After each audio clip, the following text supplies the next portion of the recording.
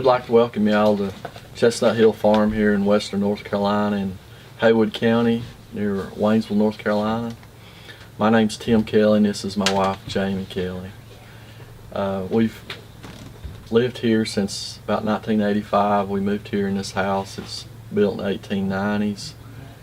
We've been farming about ever since we moved here. We've been beef and tobacco farmers for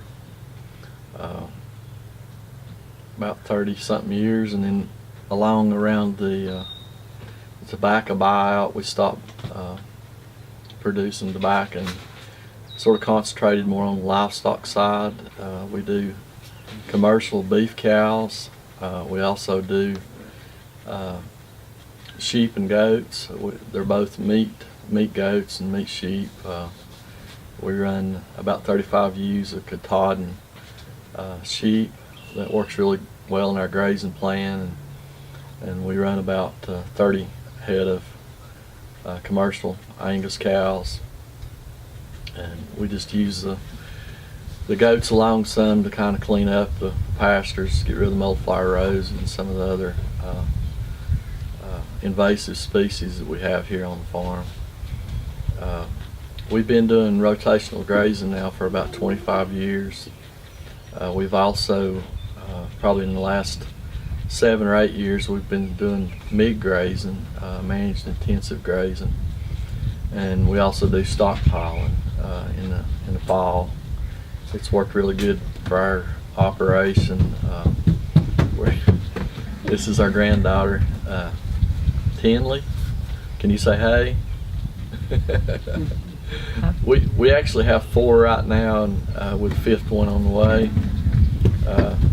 Levi and Sadie and Ava's the other 3, and Tanner will be here probably about next week, and we're excited about that.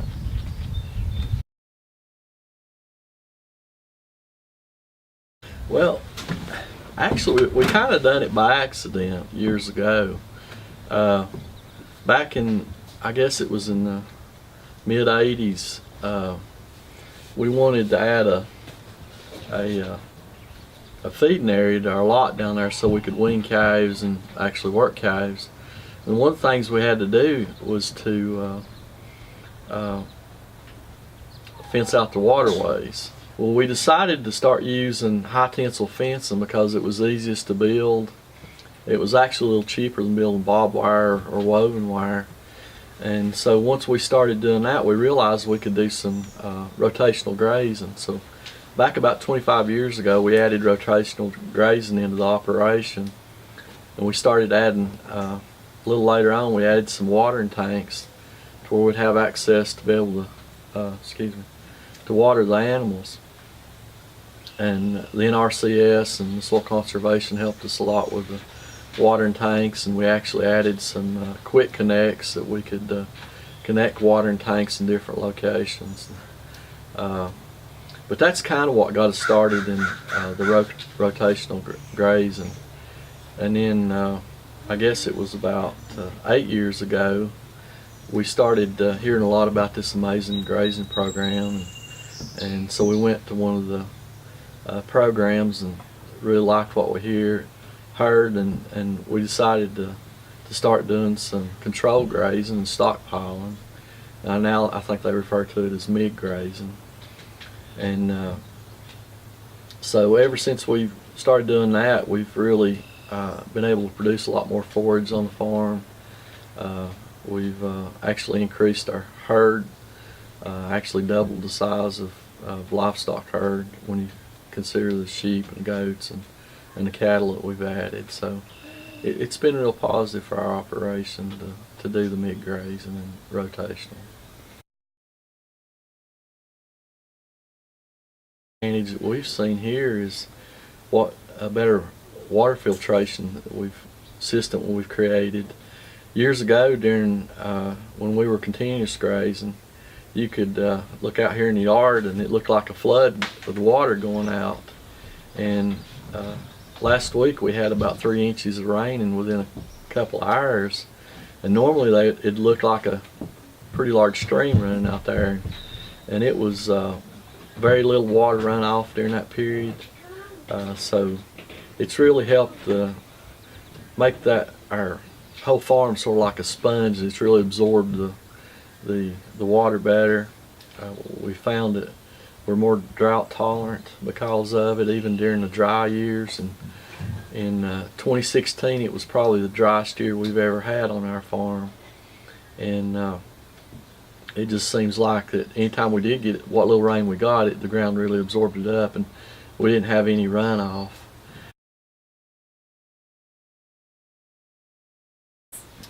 Well, we're like a lot of farms in the mountain. We're Kentucky 31's kind of our forage base.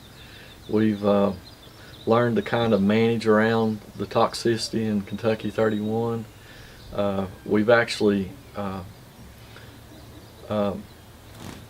converted over to some non-toxic versions. We've got the endophyte-free versions.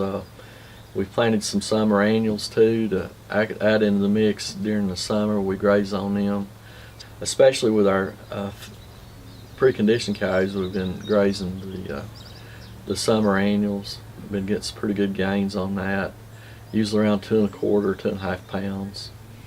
I'm gonna try something a little bit different this year and cut back on the amount of grain and see if I can still get that kind of gain on the summer annuals. This year we're growing Race Crazy Summer Mix. It's kind of a diverse mix. Got several different types of forage in it. We also grow sorghum Sudan, and then we've got some pearl millet that we're trying this year. Well, we actually grow corn, and when we harvest the corn, we'll add some winter annuals. It's called Race Crazy Fall Mix. It's sort of a diversified mix, and we sow that, and then we'll graze the sheep on it around December, and we'll graze them to about February. We'll pull the sheep off in February, and then apply about 50 units of nitrogen, try to get some spring growth off of it, and then we turn the cows in, and we'll graze them on the second time on it. We've been preconditioning our calves for probably the last 20 or 25 years. Recently we've got a new organization called Mountain Cattle Alliance, and we work in cooperation with the Southeastern Livestock Exchange, and we're able to, several farmers go together, and we're able to market our cows in truckload lots, and that way we're able to sell them all at one price and get premiums on the calves being preconditioned, because when they get to wherever they're going, they know that they're going to be healthy calves. They've been taught to eat, drink out of waters, and they've been given all the vaccinations they need to stay healthy. I think we've built a pretty good reputation here in Western North Carolina for preconditioned calves, and we want to continue to do that, market our calves like that. Even in our sheep, we graze the sheep and the goats year-round. We able to grow those off about June and then sell them whenever forage production starts to drop off a little bit. And they market for around $2 a pound. This year we sold them, they averaged about 61 pounds a piece. They were actually a little heavier than the market wanted them. They like them between 40 to 50 pounds. And so they really growed off good on the forage that we got here on the farm. And the good thing about that is you're reducing some of your livestock herd right in the critical time whenever forages start, the cool season forages are starting to drop off. So.